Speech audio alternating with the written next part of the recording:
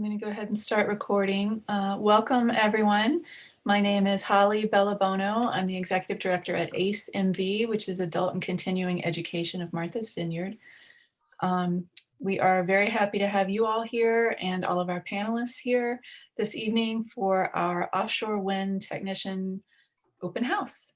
This is the first one that we'll be having for our cohort two, which begins in January 2021. We'll have another open house on Thursday, December 3rd in the evening, and it will be a similar presentation. So if you have colleagues or friends that weren't able to make this meeting, we'll be able to make it up again on December 3rd.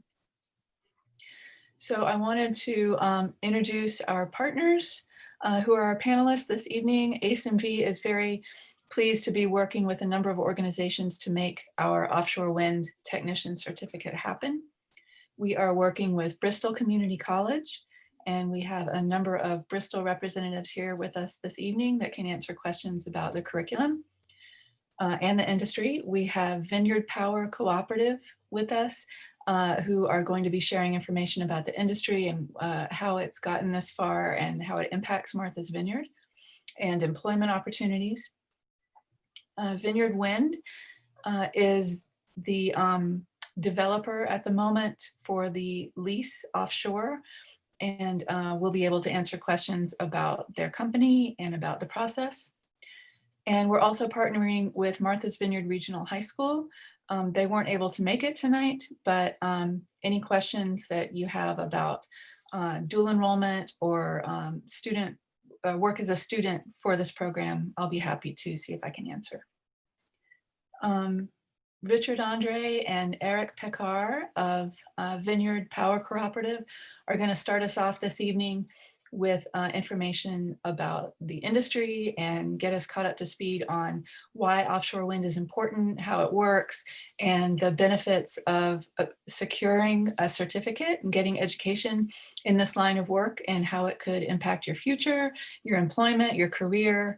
And then after that, we'll talk about the certificate and the curriculum in particular.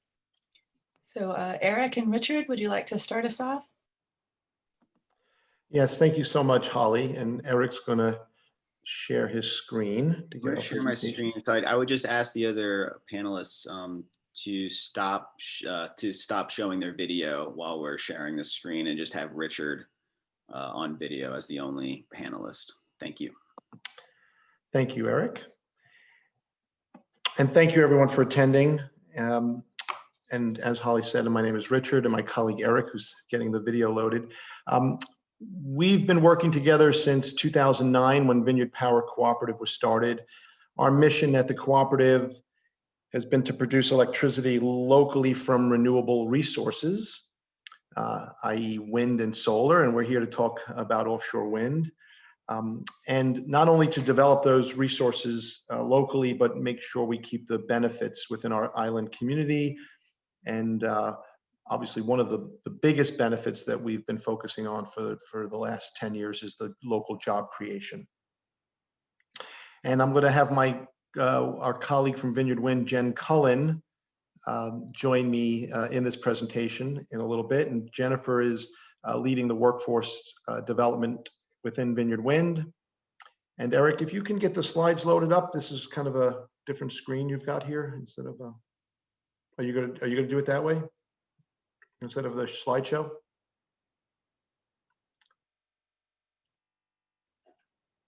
Let's let that load up.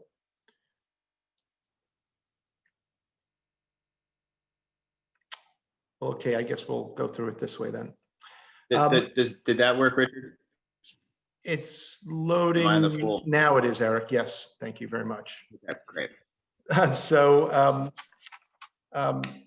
you know, and finally, with Vineyard Power, our goal is also to not only develop renewable energy from local resources like wind and solar and keeping those benefits locally, but it's also to help Martha's Vineyard and the Commonwealth of Massachusetts transition to 100% renewable. And what that really means is once you start to green the grid, in which we're going to speak about, because offshore wind has the capability in the Northeast to green the grid, it will then be about converting the rest, i.e. transportation and home heating, which will also be driven by a new electric economy. So here on this slide here, why offshore wind in the US? Well, each part of the United States is going to have its own solution to climate change and economic development. And ours in the Northeast is offshore wind. It's an abundant resource. And if you look on the left-hand side, you can see the wind resource categorized from 3 to 7, 7 being the highest and 3 being the lowest. And you can see off of our coast, we're in the 6 to 7 region, i.e. One of the highest on the whole East Coast of the United States. And when you when you combine that with where the population centers are in the United States, you really see that image, that satellite image of the United States in the evening. You can really see what I call the megalopolis, the old Northeast megalopolis from Washington, D.C. to Boston, which is where 55 million of us Americans live. And another statistic which also favors offshore wind is, 80% of the United States population lives within 60 miles of a coast. So offshore wind is not only an abundant resource in the Northeast, it's close to the demand centers where the electricity is consumed without building large overland transmission cables. So thank you there, Eric. Here is, Holly alluded to this earlier in her introduction, but since 2010, when the federal government came to Mass Maritime Academy in Bourne and announced the federal government's intention to lease the outer continental shelf to offshore wind, there's been a lot of activity over those 10 years. Firstly, it was about where to locate the offshore wind farms. And in our case, both state, local, and federal elected officials met quite often within the community, and actually the community had a chance to participate in that. And the outcome for our area was to have the wind energy areas about 14 miles south of Martha's Vineyard in Nantucket. The Vineyard Wind lease area is in dark blue on the right. It says Vineyard Wind, thank you, Eric, 14 to 35 miles.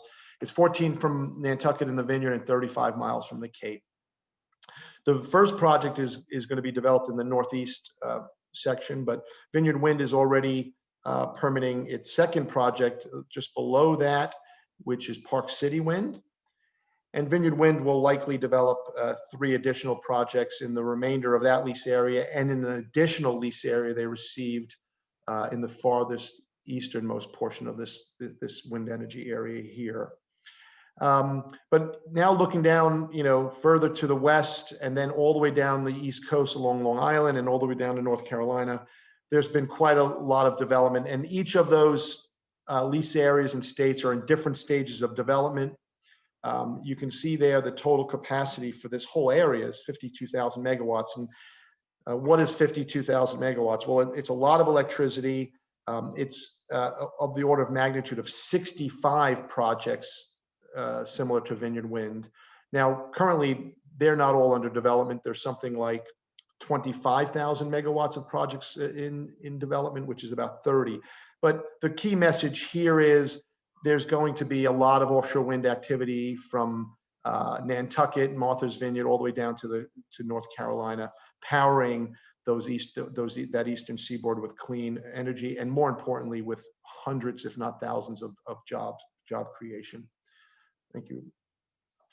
So now focusing back in on that upper blue section there, which you can see down in this slide. That's the portion of the lease area we're developing for this 800 megawatt project.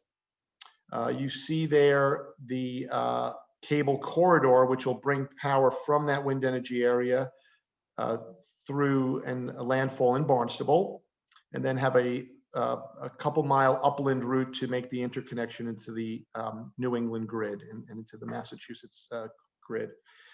Well, what is 800 megawatts? 800 megawatts is enough to power about 400,000 homes. And to put that in perspective, there's only 16,000 homes on Martha's Vineyard. 400,000 homes is equivalent to powering all of Martha's Vineyard, all of Nantucket, all of Cape Cod, Barnstable County, and then some, empowering into Bristol and Plymouth County. So it's a significant amount of electricity. It makes up something of the order of magnitude of about 6% of the commonwealths of Massachusetts electrical demand, current electrical demand. Well, we also mentioned it's clean. It's going to eliminate 1.6 million tons of carbon per year, or what I like to, easier for me to understand, about the equivalent of removing 325,000 cars from the road annually. So the emission savings of 325,000 vehicles. So I've mentioned the location of the wind energy area and the two main ports that will be used. And you can see those highlighted on the graph. One is New Bedford, which will be mostly focused on construction and deployment, and Vineyard Haven, which is operations and maintenance. And that's primarily what we're here to talk about, the job creation opportunities in Vineyard Haven. Thank you, Eric. Just a little schematic helpful to illustrate that offshore wind is not just a turbine that's located 14 miles out in the ocean, but there's a marine logistics infrastructure that is used to construct these wind farms and maintain them. In fact, the CEO of Vineyard Wind likes to describe an offshore wind project as a marine logistical project. It's really, getting the logistics operations of a very large scale to put these projects together. Each turbine is connected to an electrical service platform, which will also be located in the area of the wind farm, 14 miles south of the vineyard. There'll be one electric service platform, which will collect all of the electricity from the wind turbine generators. And then there'll be export cables that bring that electricity to onshore, make landfall, and then interconnect into the grid. So Vineyard Wind's operations and maintenance facility in Vineyard Haven is the result of Vineyard Wind really taking an approach unique to offshore wind developers, which was to partner and build deep relationships within the communities in which they operate. And the result of that was Vineyard Wind signed a community benefit agreement with Vineyard Power in early 2015. And Vineyard Wind, as part of the community benefit agreement, committed to locating its operations maintenance facility, as I described here. But additionally, to add a little bit more context, that 100% of the staff will be residents of Martha's Vineyard within 5 years of operation. And the final point here is that Vineyard Wind is contributing, along with Massachusetts Clean Energy Center, funds to help educate and train the future workforce. And that's what we're here to talk about today, the future workforce in this industry. The last bullet point is Vineyard Wind is set to announce its preferred turbine supplier in next month. And why that's important is because, yes, it's an offshore wind industry with offshore wind turbines producing clean electricity, but each turbine supplier, and there's 3 global suppliers, they all have slightly different machines, they're different sizes and different mechanical setup. So the technicians that we're speaking about training and educating today will eventually be employees of the wind turbine generator, not of the offshore wind developer, Vineyard Wind. So we had the good fortune of having one of those turbine suppliers out here last year, and we look forward to bringing the preferred supplier to meet the community in the next couple of months. Thank you, Eric. So right here is a still shot of the facility that we're developing in Vineyard Haven Harbor. It's called the Tisbury Marine Terminal. You'll see on that warehouse over there in the upper left, the TMT. That's going to serve both as a warehouse and in the brown cedar shingles section, it'll be an office and control room setup. What you can notice here is new marine infrastructure. You see vehicles parked on a new marine pier. You're seeing a new breakwater off to the right, which is going to protect the vessels. There's currently illustrated here 2 crew transfer vessels, which will be effectively going out to the wind farm 14 miles south of the vineyard every day, carrying parts and technicians. Each one of those crew transfer vessels can carry, up to, or approximately 16 technicians at a time, plus a crew and cargo. So out of Vineyard Haven Harbor, there'll be a lot of activity going out to the wind farm. Lots of activity onshore, loading those vessels, managing the warehouse, managing a control room, health and safety, warehouse managers, in addition to the technicians we're talking about training tonight. But tonight, our focus primarily is the technicians who will be going out to the wind farm. We'll show you later a slide about helicopters, but in addition to this facility here in Vineyard Haven, there'll be an operations out of the Martha's Vineyard Airport. There's another view, as you might see if you were coming in on the Island Home ferry and coming into the harbor. You might see this view from the top deck of the ferry. That's the back side of it with those two vessels. And you see Beach Road off to your left towards Oak Bluffs and heading off to the right towards Vineyard Haven. But as I mentioned, the airport will be another complementary part of this process as well. We'd like to show you the next is a video of installing an offshore wind farm. And then after this video, Jennifer Cullen, my colleague, will pick up the presentation. Thank you.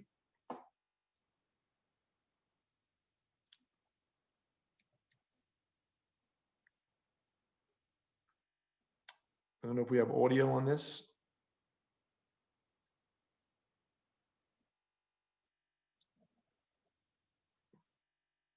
You're on mute, Eric.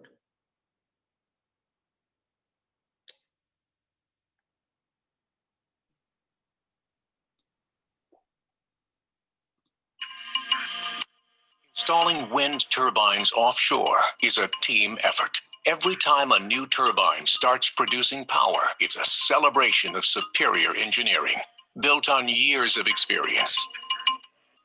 Bringing a wind power plant to life is an awe-inspiring task carried out by dedicated specialists. At MHI Vestas Offshore Wind, we are an industry pioneer with over 20 years' experience installing offshore wind turbines. Installing wind turbines offshore takes place in several distinct steps, all of which require many months of planning and preparation. At MHI Vestas's pre-assembly site on the southwestern coast of Denmark, the wind turbine components are delivered from the factories before a specialized crew starts the pre-assembly.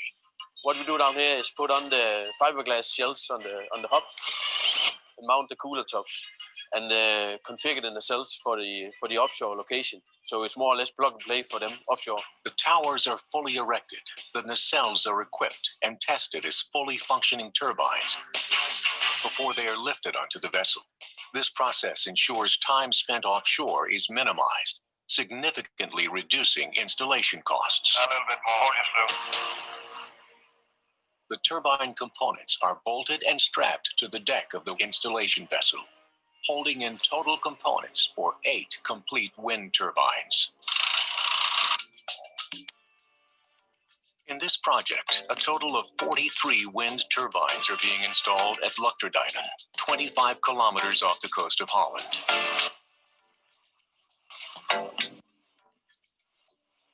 Biggest challenge is that you're always working in an environment that changes by the hour. I'm extremely positive on Luchterdijnen, whereby we have seen in MHI Vestas a party that was together with us, very proactive. Things are simply much more costly to do offshore. So everything is in the preparation. When the vessel arrives at the site, the installation phase begins. Each turbine is installed in less than a day. The tower is lifted onto the foundation, followed by the nacelle, and then the 3 blades. Now the project is in operation. We can see what the performance is of the turbines. And what I can tell is that last month we have seen a 99.3% of availability. Well, that is extremely high. MHI Vestas Offshore Wind takes a leading role in the industry growth for the future. Let's move the horizon.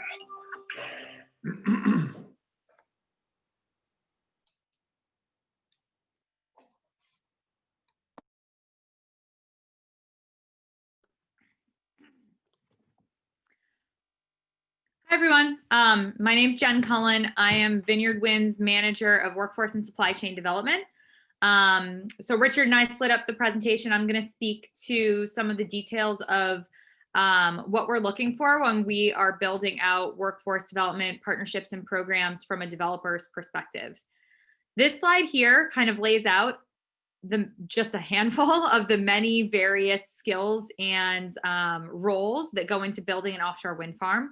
There's the planning and development phase, which is the phase that we're currently in, the jobs of the engineering, the planning, the permitting, really lining up everything you need to actually construct an offshore wind farm. There's the construction of the infrastructure itself, which, as you saw in the previous video, there's a lot that goes into that. And Richard showed the schematic. It's not just the turbines, which are massive, complex machines in themselves. There's also, the logistics of managing all the vessel traffic, the cabling, the offshore substation, the onshore substation, how the electricity interconnects into the grid. So there's a lot that needs to be done on the construction end of things. And then there's the operations and maintenance phase. So those are the jobs that we're really going to be focusing on for the presentation tonight. That is the facility that will be based out of Vineyard Haven to serve the Vineyard Wind 1 project. And those are the real career jobs. So those jobs exist for the life of the projects, 25 plus years per project. And as you can see, it's not just the technicians. There's also several other scopes of work that need to be done to make sure that the offshore wind farm is running efficiently and effectively for many, many years. Next slide, please. So there's a lot of challenges when it comes to working offshore, and the fact that this is a new industry, it's really important that we are understanding exactly what the skills are that will be required and how we can train people here in the US to really effectively capture that workforce. Safety is a big thing. We're going out into a very windy, very wavy area far offshore. And so as the industry has evolved in Europe over the course of several decades, there have been turbines spinning there since the early 90s. The industry has really developed a comprehensive set of safety standards in order to make sure that people are as safe and efficient as possible while they're out there. And the video referenced that, you minimize your time offshore in order, it said something about, less costs offshore, but another huge component of that is making sure that people are as safe as possible. And you don't want to send more people offshore for longer than they need to be. Because it's a rough environment out there. The industry says you need to have seas or legs for the sea and a head for heights. We're going very far offshore on vessels to get to the turbines, and then you're going hundreds of feet up in the air to do that work. So that requires a certain kind of person that is excited about that type of work every day. There's really specialized training that goes into working offshore, and we'll get into a little bit more of those details and how this program with ACE-MV and BCC really helps to prepare people with some of the basic skills they need for those jobs. And then there's additional training that will be done. Richard said we're getting close to selecting our turbine supplier. Once we have a turbine supplier, everyone wants people trained specifically to their equipment. So once you have a baseline set of skills, like with many other jobs, then you need to be trained in the specific equipment that you're working. Next slide, please. So the challenges. Right now, sorry, my coworker needs to get out of here. Right now, one of the biggest challenges here in the offshore wind industry in the US is that we have only 5 turbines off of Block Islands. And those are really considered near shore as opposed to offshore. They're very close to the islands. The waters aren't nearly as rough. And a lot of the logistical challenges of going 14 plus miles offshore aren't the same when you're only, less than a mile offshore. And so because we don't have as many offshore wind turbines, it's hard to train people on the specifics until we really have an industry and other offshore wind farms that we can send people out so that they get a real sense for what it's like out there. And, I spoke to the safety standards in offshore wind, again, because we don't have this industry yet. we're really starting with those safety and training programs from scratch. There are now facilities available that we're making sure that we're offering the basic safety and training programs here in the US to make sure that people have opportunities to get those certifications so that they will be qualified to work offshore.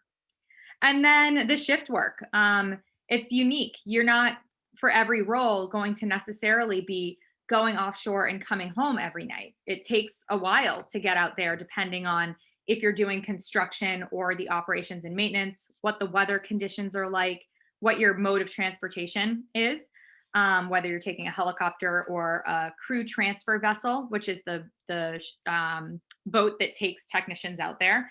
And so oftentimes roles require that people live offshore and do 12-hour shifts. So again, that's certainly something to keep in mind when you're thinking about this as a potential career path. Are you comfortable with living offshore for several days up to a couple weeks at a time? Next, please.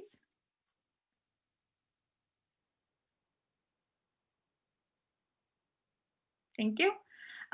So the basic safety training that I was just speaking to, the Global Wind Organization, which is an organization that was formed, like I said, right now there are 4,000 offshore wind turbines spinning around the world, delivering offshore wind power. Those projects were developed by multiple contractors working in multiple countries. And so the need for a uniform set of safety standards across the industry became apparent fairly quickly. You couldn't really be accepting different standards depending on what kind of work was happening or where the work was happening. So the GWO basic safety training has become that industry standard that is really critical that we, as the US, are jumping into the industry where the industry has evolved to. All of our contractors require this for offshore work. And so making sure that our local workers have access to that specific accredited training is really important. It consists of first aid, manual handling, fire awareness, working at heights, and sea survival. And all of these are taught in a way that is specific to offshore wind. So oftentimes we hear, well, I already have the OSHA first aid training through OSHA for first aid or manual handling trainings. But the way that these trainings are, it's very specific to what you need to know when you're offshore on a turbine, which is why it's important that every worker go through it. And it needs to be recertified every 2 years, which is also an industry standard. It's a non-negotiable. And that's different than how we've approached safety standards here in the US up until now. Both Mass Maritime and Bristol Community College will be offering the GWO basic safety training. Mass Maritime is currently up and running, have been managing, how are they going to do this in the COVID world? And Bristol Community College is hoping to offer this training very soon. And so it will be available at multiple facilities for those people within Massachusetts that need it. Next, please. This is just a cool photo that shows really what it's like out there. Keep in mind, our turbines will be much further apart than this particular image at this wind farm. But it does go to show, you really need to have an adventurous spirit for this job. The turbines are out there. They're very high up. There will be regular need for helicopter transportation. And then you can see kind of in the distance, there's a bigger vessel. And that is called a service operations vessel. That's the vessel that technicians go out and they live on for a couple weeks at a time. Kind of industry standard is 14 days on, 14 days off, 12-hour shifts. And so even though, for Vineyard Wind 1, the operations and maintenance facility is located, 14 miles, or I'm sorry, the island is 14 miles from the wind farm, we can expect that future projects that are going further and further out, there will be more of a need for people to live offshore. And during construction, that's what we expect. We don't expect during construction to be shuttling people back and forth every day. Next, please. Helicopter underwater escape training. So because of the need for helicopter travel, and because you're traveling in the helicopter out to sea, There's a specific training in, how you would handle worst case scenario, a crash essentially. It's required by most workers that are going offshore, and it's required to be recertified every 2 years. So right now there's a fantastic facility. Actually, Richard and I both took this training so that we could speak, firsthand to what it's like. It's available in Connecticut, and it's intense. It really requires people to be very on top of things as they're thinking through, absorbing the information and really learning and internalizing the safety procedures. Really cannot be overstated how important the safety standards are to this industry. Next, please. So this is a video Eric's going to play, and it really, I think it does a great job. This guy, Stephen Fisher, he is an offshore wind maintenance technician. So he has a job that will be the jobs that will be out of the Vineyard Haven facility for Vineyard Wind 1. And it just kind of goes through a day in the life doing that job.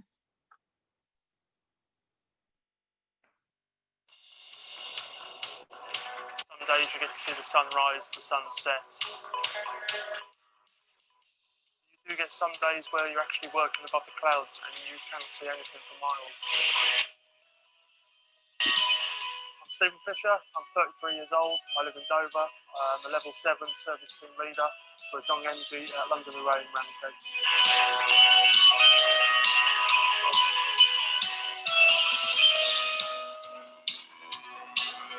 My day-to-day basis is working 20 kilometres offshore in the North Sea, working at an average about 100 metres above sea level. We're here at London Array, operating the maintenance facility in Ramsgate Harbour, ready for a lovely 12-hour shift ahead of us. Let's go inside, we'll pick up some paperwork, the tools we need for the day, and of course the team we're going to work with. Let's go in.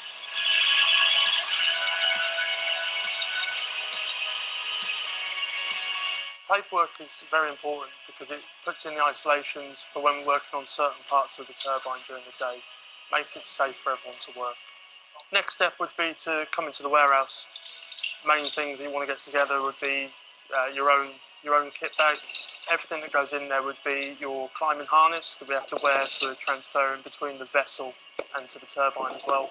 If the sea temperature is below 10 degrees, we have to wear an immersion suit, which is not the nicest thing, but if you fall in, it will save your life.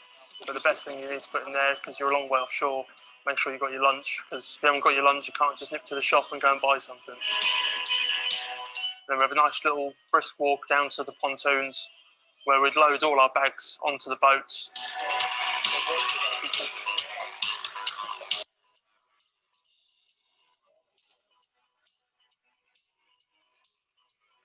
When we arrive onto a turbine, the boat will push onto the transition piece, which is the lower part of the turbine. We'll then step across onto the ladder of the transition piece, where there'll be a nice 15-metre climb if it's high tide. If it's low tide, it's a little bit more. And then it's a nice climb up to the first part of the turbine. I like extreme things, and you don't get much more extreme than climbing a ladder 20-odd kilometres out in the sea. When you get to the top of the turbine, that's the best part, because you open up a hatch, you climb out, and then you actually are 100 metres above the sea, and you get to see the beautiful views.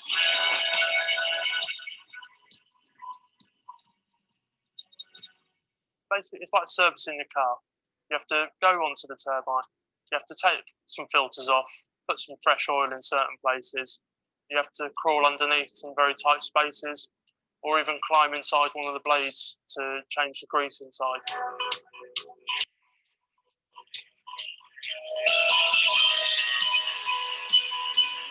The best thing about the job are the views that you get working on top of one of these wind turbines.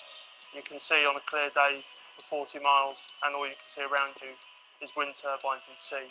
On a really clear day, you can see land in the distance, and then you realise how far you are offshore.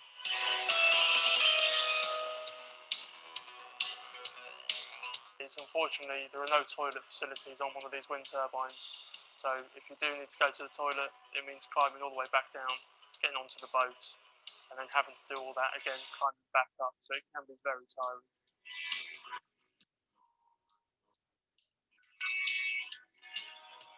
I do enjoy downhill mountain biking, living life on the edge sometimes, like little things that keep the fitness up, but also keep the blood pumping through the body. Family life for me, when I have got my time off, I do like to spend a lot of time with my 5-year-old son. Every time he sees one on the news, the first thing he says is, "Dad, is that one of yours? Is that where you work?" But unfortunately, 9 times out of 10 on the news, they're always the small ones. It's never the big ones that we work on.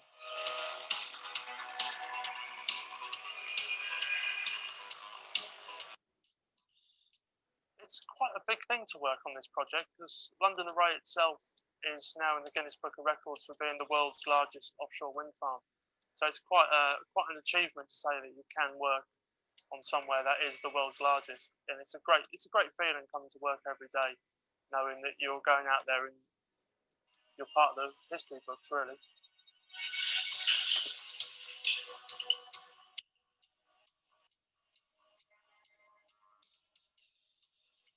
I'd say it's the best career choice you'll ever make. Renewable energy is going to be a big thing in the future. If you can get in there now, you've got a job for life. What better opportunity than to get paid to climb up a turbine every day? This job's just amazing, how the opportunity you have to go and work in a place like that. Not everyone gets to do that sort of thing.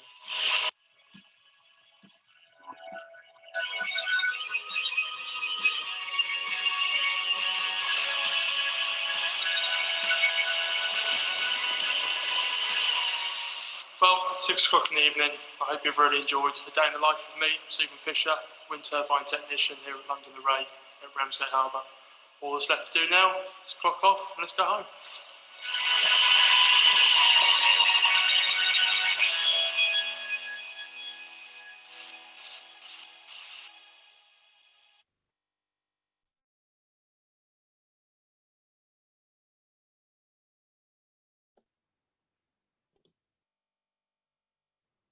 All right. So that was Stephen Fisher. You heard him. Best career decision you can make. So just speaking a little bit more to what the lifestyle is like, because I think that that's a really critical aspect that people should think through. You know, there are a lot of reasons why in this position you'll be living offshore. And so it's important to know what those accommodations will look like. Really what I've heard from colleagues and multiple YouTube videos, and we've got another one that shows a little bit more what the vessel's like offshore, is that the facilities are pretty nice. There's a cinema, there's a gym, but you know, the food is good, but for the most part, you know, you're out there to work and you're pulling 12-hour shifts. For construction, they usually, what they do is you'll share you'll share a room with another person who will be working the opposite shift from you. So even though technically you're sharing a room, when we're doing construction, we're working 24/7 out there. So one person would be on the night shift, one person would be on the day shift. So you're in the same space, but you're never there at the same time. For operations and maintenance, unless there's some sort of, you know, kind of unscheduled maintenance that needs to be done that does need to run at night, mostly it's going to be, you'll have your own room on the vessel. Maybe you'll share them, but the newer vessels, which we'll be most likely having to construct for this project, you'll have your own room. And it's just day shifts. So 7 to 7, something like that. There's no alcohol on the vessels. There is some smoking, you know, some have smoking areas, but can't smoke in a turbine for safety reasons.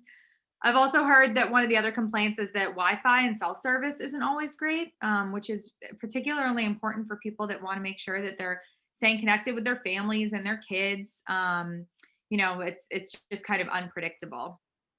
And that's just a picture of, you know, a standard room in a vessel. So I think next, do we have the video? Yep. So this is a video that speaks a little bit more to what the lifestyle is like on an SOV or a service operations vessel. And this would be a vessel that would go out for two weeks at a time.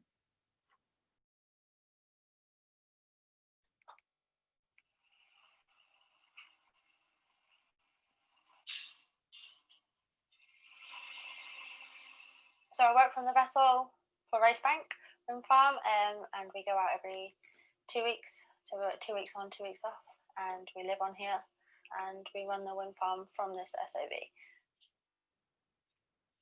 I've been in the offshore wind industry for 5-6 years now. But I go out and do servicing, troubleshooting, all sorts of turbine works, to be honest.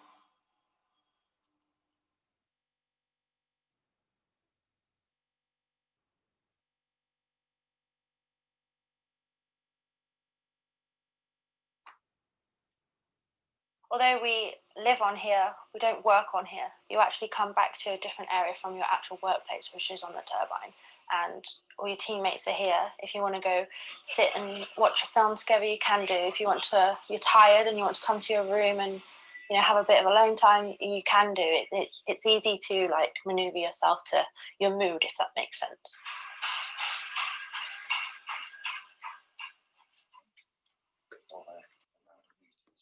I'm the Deputy Operations Manager for Shift 1.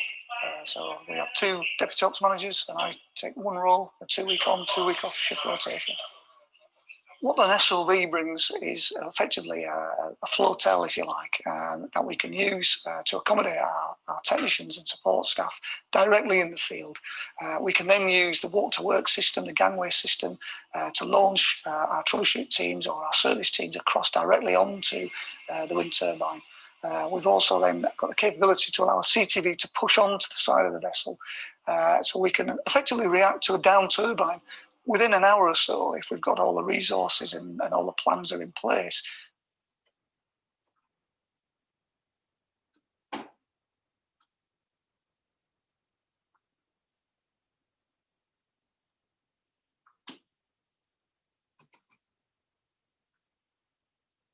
You go out in the morning, you're on the turbine within half an hour generally, and then you've got longer to work on the turbine, which normally means that services get done quicker. When the site was created, if you like, and we employed people, you're not just looking at the technical qualities that the people bring, you've got to look at their personality as well and make sure that they can mix well with other people, that they're respectful, and that they are understanding of individual needs as well. I do find it difficult to be away from my partner and my family, but you get used to it. Although I'm away for 2 weeks, I get 2 weeks of quality time at home. And if I had a 9-to-5 Monday to Friday job, I probably wouldn't spend as much time with my partner as I do. My colleagues are my family while I'm at work. And I have made some really good friends on here that I'd probably be my lifetime friends, and living with them, it's different to living at home, but it's almost like I have 2 lives. I have my home life and I have my work life.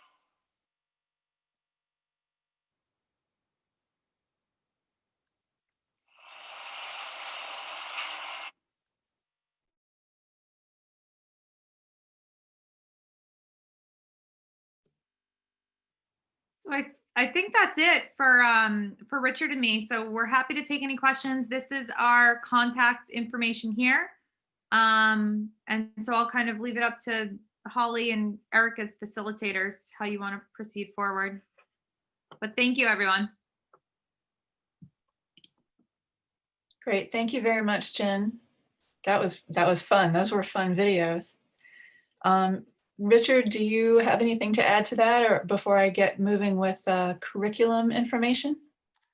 I think there was a question from a member. I was wondering if Jennifer wants to address that, or myself, either one, Jen. Sure. So the question was, what sort of on-the-job training is provided since there aren't turbines built here yet? So we'll have more specific details on that once we select our turbine supplier. How it works generally with the industry is that because this is the first project in the US and we don't have turbines here to train people on, essentially anyone that would be hired, so it's important to have the baseline level of skills to be qualified for hire by the turbine supplier, would then be hired and probably sent overseas to train on an existing wind farm, just to get an understanding of how it works, train alongside experienced technicians. Exactly how long that would be, or the direct setup of that, again, will depend on the turbine supplier. But it is like you come a certain ways with the baseline technical and safety training and information and education. And then once you're hired, the turbine supplier kind of takes it from there to make sure that you're qualified and ready to work on the project back here. Great, thank you, Jen. So Eric, I don't know if you're still sharing your screen, but I'm going to go ahead and share my screen so that we can talk about the curriculum that ACE MV is offering. And let's see if I can find it. Here we go. Yeah, Holly, you should be good there. Yeah, I think it's coming up now. Okay. Can everyone see this? Yes, Holly. Okay, great, thank you. So Adult and Continuing Education of Martha's Vineyard, we've partnered with Bristol Community College. Bristol currently operates an offshore wind technician program. They have a certificate in New Bedford. Our goal was to bring that credential program, that training program to Martha's Vineyard so that Vineyard residents can take advantage of it and not need to travel, not need to move, so that they could get this training. So we brought it here to the island. This past year was our pilot program. We began it this past January. We had 18 students in our first cohort. And we're getting ready to launch our second cohort, which will begin in January. So we're having the open house now to let new students know that there's a brand new opportunity beginning in January to jump into this program. The details of this certificate is it's a 2, possibly 3-year part-time program. It is designed to be for people who have a job, who have kids, who have a life. So the classes happen in the evenings and generally 1 to 2 evenings per week. And to get all those classes in, it takes about 2 years and possibly longer depending on your situation. It's a 29 total college credit program. It ends in a certificate from Bristol Community College. And these credits can be applied toward an associate's degree or later to a bachelor's degree. So I wanted to go over with you the sequence that if you were to enroll in January and jump in, you would be part of cohort 2, which is our second year offering this program here on Martha's Vineyard. In the spring, because of COVID, classes will be online, but as soon as we can get them back to in person, we will. It's designed to be here on Martha's Vineyard for Martha's Vineyard residents. Semester 1, which is spring 2021, begins January 25th. We have 2 classes. One is electrical machinery and one is college algebra. And you'll see her on the screen. There's a price over here to the right. The electrical machinery class is a 3-credit class and it's $655 if you're taking it as a single one-off class. And we had a lot of people do that this past year. We had a number of local electricians who were really interested in it, who thought it was a really valuable class to teach them additional theory about electrician work that they didn't know before. And that the full price for that is $655 if you're just taking it as a single class. But if you're interested in the wind power industry and you really want to become a technician and you want this certificate, ACE is working out a discount with you. So you will get a 50% tuition discount, which brings the class down to $327.50. The college algebra is a basic algebra class, same thing, $655 if you just want to take it out as it is. But if you're part of our cohort and working toward the certificate, it will be half that price. So those are the first 2 classes. They're evening classes. I don't know how many people or how many hours most people spend, but it is designed, like I said, for people who are working or doing other things in addition to taking these classes. Semester 2 will begin next fall, Principles of Ecology and English Composition. And the sequence is subject to change. The order that these classes happen might shift a little bit, but right now we're looking at these 2 classes happening next fall. Semester 3, which is a year from January, Wind Power Technology and Wind Power Operations and Maintenance. And then the last semester, Fluid Systems or Hydraulics and Offshore Safety and Survival.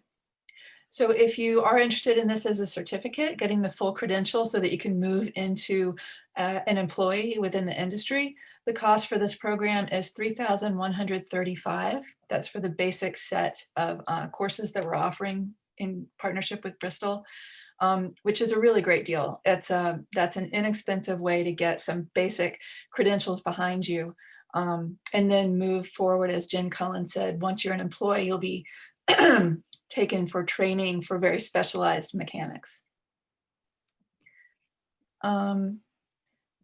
Another note about the discount is we are working with students for a limited time. So this coming cohort, we're definitely doing this tuition. We want to make it as affordable and accessible as possible, but in the future we might not be. So if you're really interested, right now is the time to do it. You can register at the ACEMV website, and I can pull that up here so that you know exactly where to go. The process is, it's an application process, which means, let me see if I can find, here we go. Okay, so you'll go to the ACEMV website. This is where you'll land. You'll go up here to courses, trades and training and licensure. Over here, offshore wind tech certification. And my internet is running a little slow, but that's going to take you to the application page where you'll fill out a brief application to let us know, are you a Vineyard resident? What sort of language abilities do you have, or any language barriers? Are you currently employed? What is your age? Are you a fisherman, or is anyone in your family a fisherman? And a few other questions. And once we review all of the applications, you'll be notified of your acceptance into the program.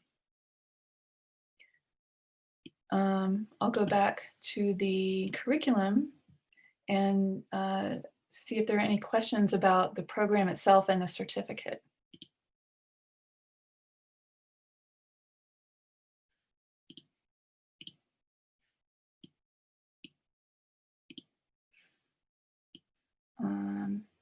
So I don't see any questions in the Q&A.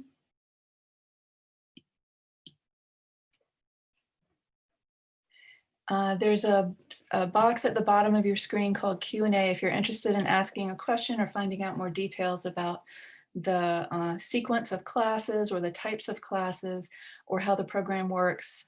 Feel free to type them in and we can answer them. In the meantime, I'm going to open it up to our friends at Bristol. We have the Dean of the Science Program, Sarmad Saman, and we have Yashwant Sinta, who is one of the professors and will be working with us on delivery of these programs. Would either of you like to share a little bit about your perspective from Bristol? Yeah, hello everyone.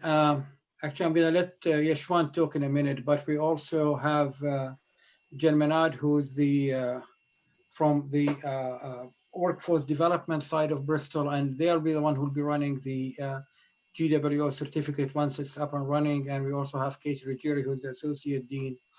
So these courses have been designed really to meet industry needs. For example, principles of ecology was added to the redesigned schedule based on the request we received from Vineyard Wind and Vineyard Power to inform students of that there is really not so much ecological impact of these turbines, and that will give them knowledge into what ecology is and how offshore wind impact or doesn't impact ecology. But I'm going to let Yashwant to give he's a coordinator of our offshore wind programs and our solar energy program. So Yashwant, do you want to say a few words, please? Yes, please. Thank you so much. Thank you, Holly. Is it possible for me to share my screen by any chance, Holly? Yeah, let me stop this one and you should be able to put yours on. Okay, I think you can go ahead and try now.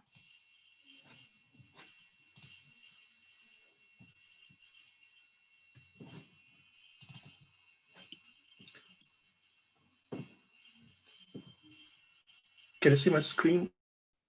Again, the internet might be a bit slow at my end, but I'll try.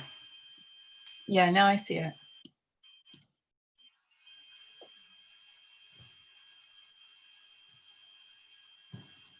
So yes, you're up there, Yashwant. Okay, thank you. Things still loading.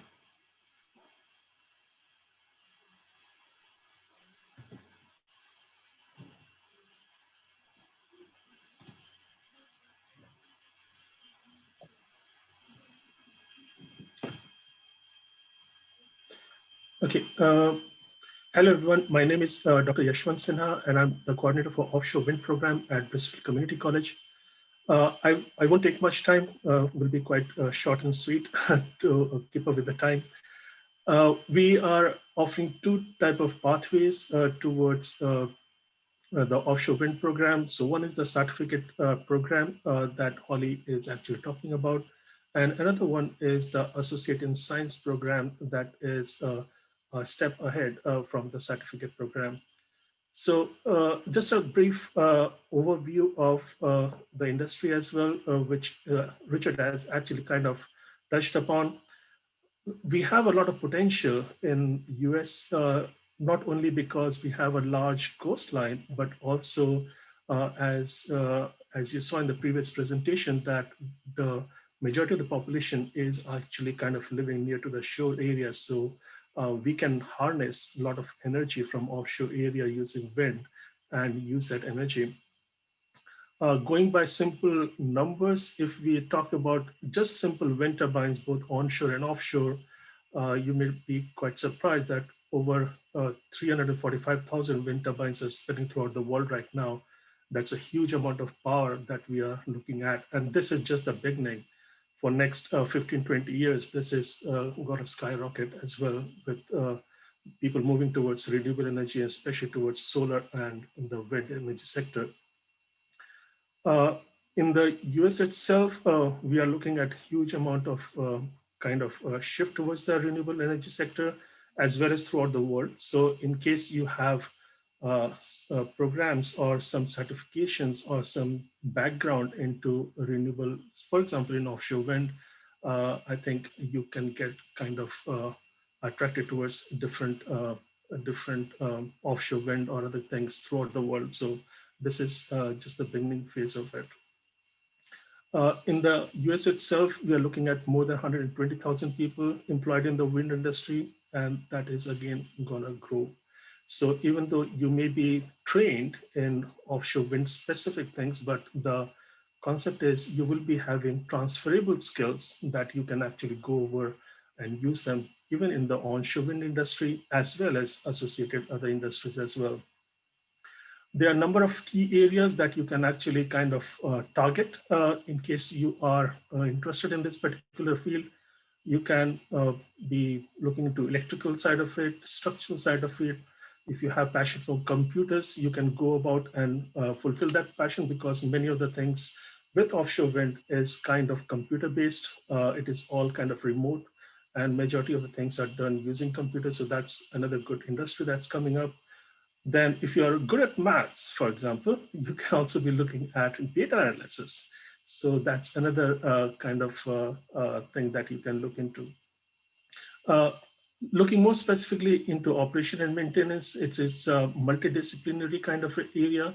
And synopsis of that is our curriculum offer you that particular flavor in which you will have some amount of knowledge of the finances aspect of it, about the technology aspect of it, about the social aspect of it, as well as how we can actually contribute towards the environment.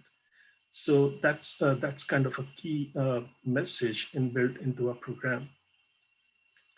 So as Holly was talking about, we have kind of 2 semesters, but it is kind of divided into different sub-semesters as the program is constructed. So it's a 29 credit program. If you're looking at full-time, it is kind of a 2 semesters, but if you're looking at 2-year program, then it would be kind of divided into kind of 4 semesters. Going by this, you can actually take up these credits and transfer it to other program. For example, we also have the Associate in Sciences program, wherein those 29 credits can actually be transferred, because majority of these courses that you have are kind of inbuilt into the Associate in Science program as well. So that can be a good leverage there. We recently have been working on National Offshore Wind Institute at Bristol. It's kind of an upcoming area, and we would be offering GWO certifications in due time with our partners in the Europe. And it is quite fascinating that it would be kind of a new facility and first of its kind in the US itself. We have a number of dedicated facilities now at BCC, including a wind tunnel that actually kind of simulates the kind of environment in which the wind turbines operate, given different wind velocities, wind speeds, and wind directions, and things like that. And we can see how wind turbines actually kind of generate power in different scenarios. So kind of a real feel for this particular industry can be actually be achieved in the lab situations. We have a number of wind turbines that are operating wind turbine, obviously a prototype of it, not the big wind turbines, obviously because of the size limitations, but you'll kind of get a hands-on experience on seeing the internal components, how they are actually connected together, what you can expect in terms of troubleshooting and things like that. Apart from that, health and safety equipment, some software part of it, some electrical part of it, and things like that are also kind of explained. So happy to take any questions that you may have at this time, or if you have any queries or something, feel free to reach out to us on the first page. I think I already gave you my and Samad's email addresses. Thank you.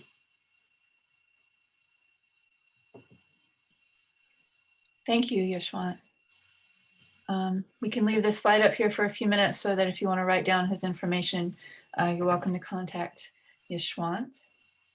I also wanted to mention the cost for the curriculum program through ACE-MV, the Martha's Vineyard certificate program.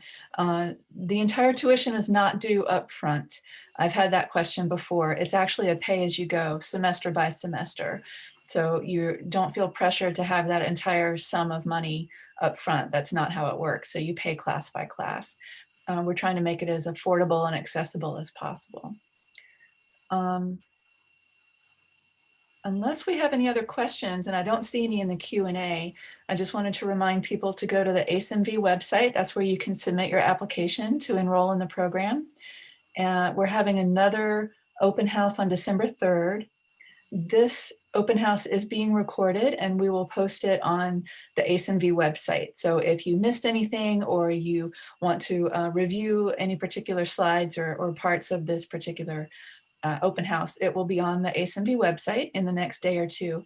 And we are totally available for questions. Myself, Richard, and Eric at Vineyard Power, we're here to help you out and make this really exciting program as rewarding and accessible and available as possible.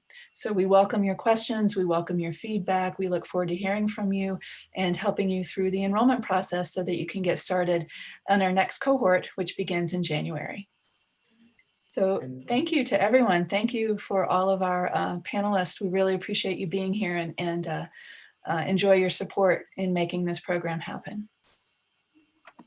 Thank you, Holly. Thank you, everyone. Thank you all. Bye-bye. Thank you, everyone. Thanks. Bye-bye. Bye.